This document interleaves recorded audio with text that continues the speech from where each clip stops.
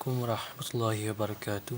Perkenalkan, nama saya Madir Zulwi, mahasiswa jurusan Ilmu Ekonomi NIM 1906-0045, Fakultas Ekonomi Universitas Negeri Padang.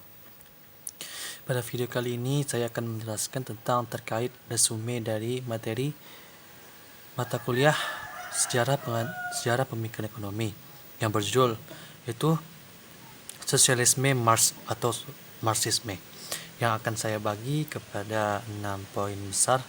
Yang pertama, kecaman Marx terhadap kapitalisme. Yang kedua, teori pertentangan kelas. Yang ketiga, teori surplus value dan penindasan buruh. Yang keempat, dialektika materialisme historis. Yang kelima, fase pembangunan, fase perkembangan masyarakat. Dan yang keenam ialah perbedaan antara sosialis dan komunis menurut Marx. Pada poin yang pertama kita akan menjelaskan tentang terkait kecaman seorang Marx terhadap sistem kapitalisme. Seorang Karl Marx sangat membenci sistem kapitalisme yang dicanangkan atau yang dikemukakan oleh Adam Smith beserta kawan-kawannya. Dia menganggap bahwa kapitalisme ini sangat buruk terhadap masyarakat, dan dia menunjukkan kebenciannya ini dengan memberikan argumentasi, dan argumentasi ini dapat dilihat dari beberapa segi. Yang pertama dalam segi moral, yang kedua dari segi sosial, dan yang terakhir adalah dari segi ekonomi. Yang pertama kita melihat tentang dari segi moral. Marx mengatakan bahwa kapitalis ini menunjukkan ketidakadilannya, baik dari luar maupun dari dalam. Ketidakadilan ini pada akhirnya akan membawa masyarakat kapitalis ini menuju kepada kehancuran atau menjadi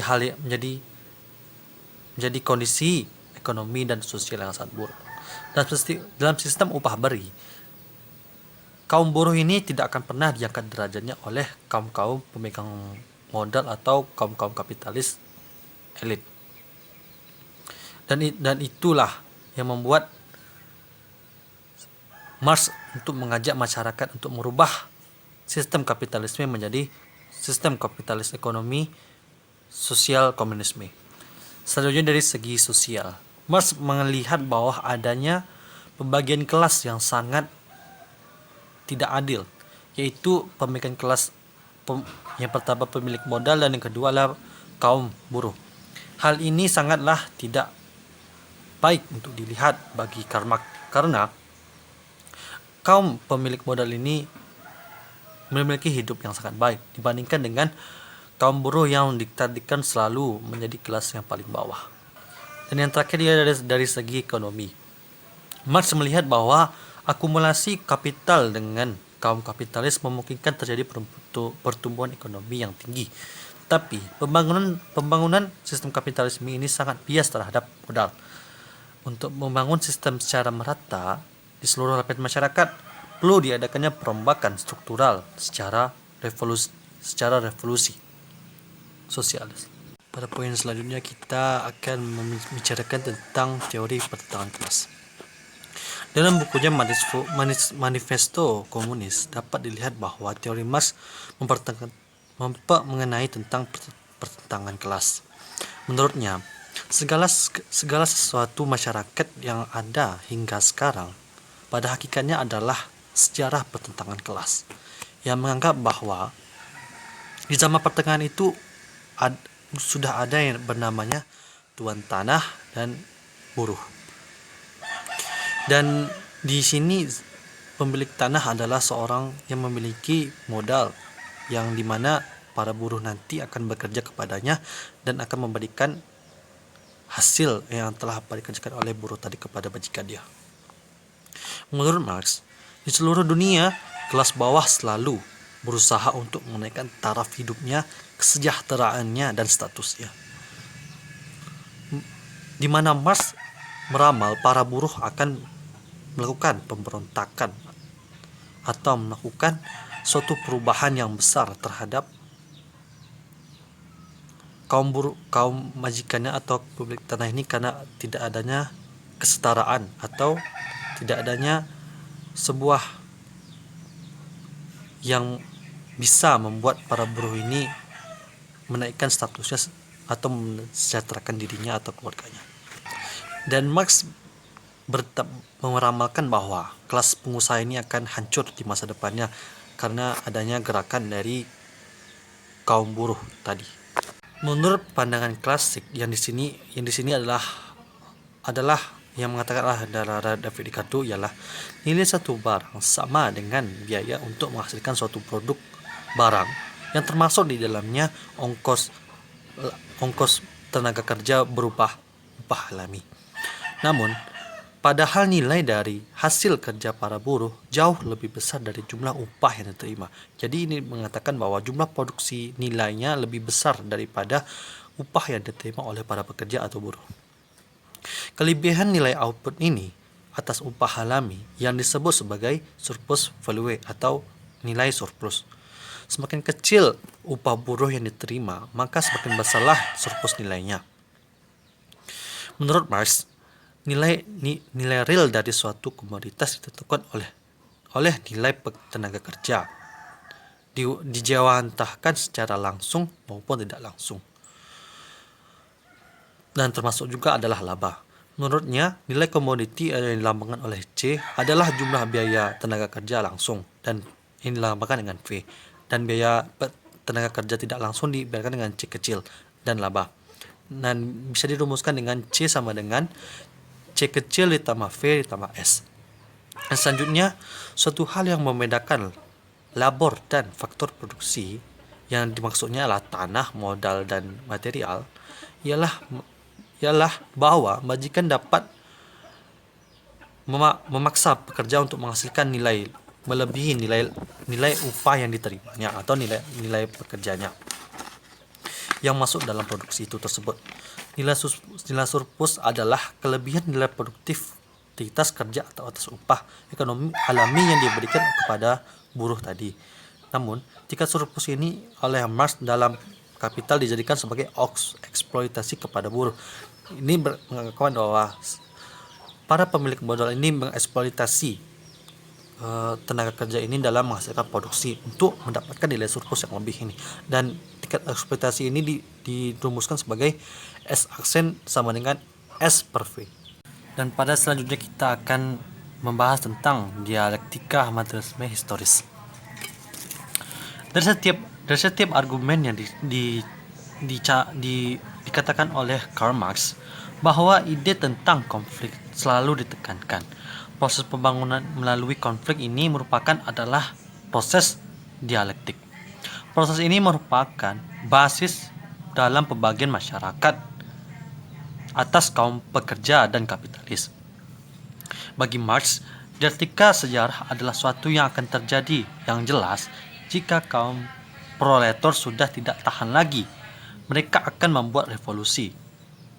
Jika ini terjadi, semua pihak akan rugi. Bahkan kaum kapitalis pun akan rugi, dan kaum yang melakukan revolusi ini pun akan rugi. Agar berjalan sukses, Marx mengatakan bahwa menyarankan agar kaum komunis mendukung setiap gerakan melawan tatanan sistem kapitalisme.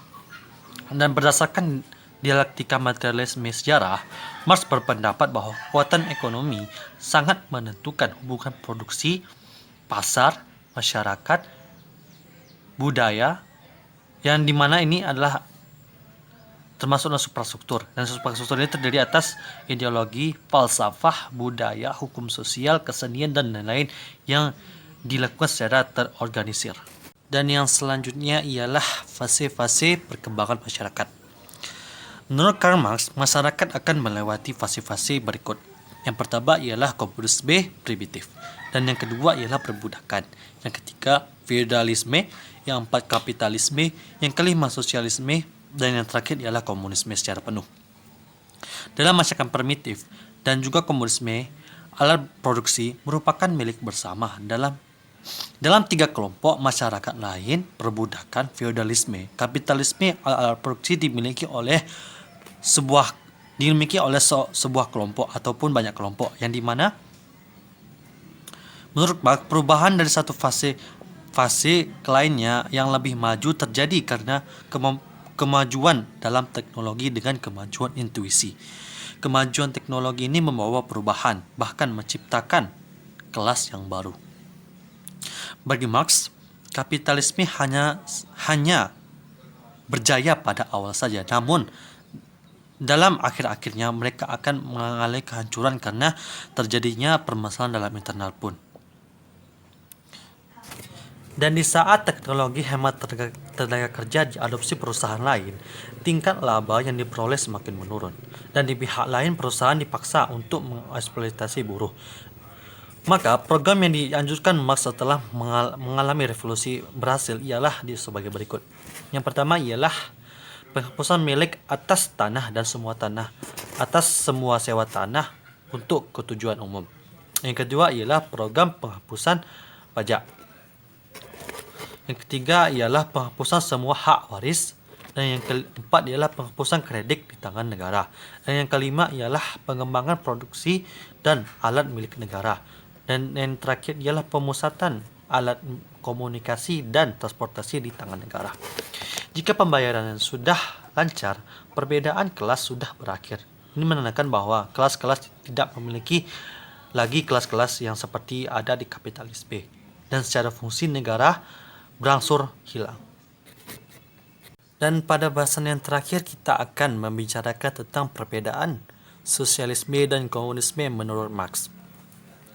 Marx membedakan bahwa fase sosialis dan komunis itu penuh perbedaan dengan dapat dilihat sebagai berikut. Yang pertama ialah segi produktivitas, yang kedua hakikat manusia sebagai produsen, yang ketiga ialah pembagian pendapatan. Dalam sosialisme, produktivitas masih rendah dan kebutuhan materi belum terpenuhi secara cukup atau penuh. Dalam komunisme sedangkan di komunisme penuh dengan produktivitas yang sangat tinggi sehingga semua kebutuhan materi sudah dapat diproduksi secara cukup dan ini bisa memberikan kecukupan kepada anggota-anggotanya maupun masyarakat yang menganut sistem komunisme ini. Tentang hakikat manusia sebagai produsen, dalam fase manusia belum cukup dan menjadikan diri sebagai kerja hakikat dan masih mementingkan intensif materi untuk bekerja. Pada tahap komunisme penuh, kerja menjadi hakikat setiap orang. Dan ini dimaksudkan bahwa dalam keadaan komunis penuh, bahwa setiap orang itu wajib untuk bekerja. Dan karena ini sudah menjadi hakikatnya. Dan tentang pembagian atau distribusi pendapatan, dalam sosialisme berlaku prinsip each to according to his ability, to each according to his labor.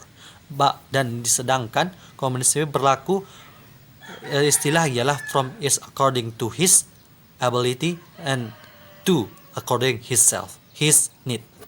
Dan di akhirnya pun terjadi komunisme penuh yang dimana ketika kondisi ini terjadi maka tidak akan terjadi kelangkaan dan tidak ada lagi kelas-kelas dan tidak ada lagi pembagian-bagian atau penghisapan suatu kelompok dari kelompok lain untuk mementingkan diri sendiri. Bahwa pada tahap ini akan terjadi sebuah keseimbangan atau kita sebut dengan sama rasa. Mungkin sekian penjelasan kita tentang materi kali ini. Jika ada salah saya mohon maaf. Assalamualaikum warahmatullahi wabarakatuh.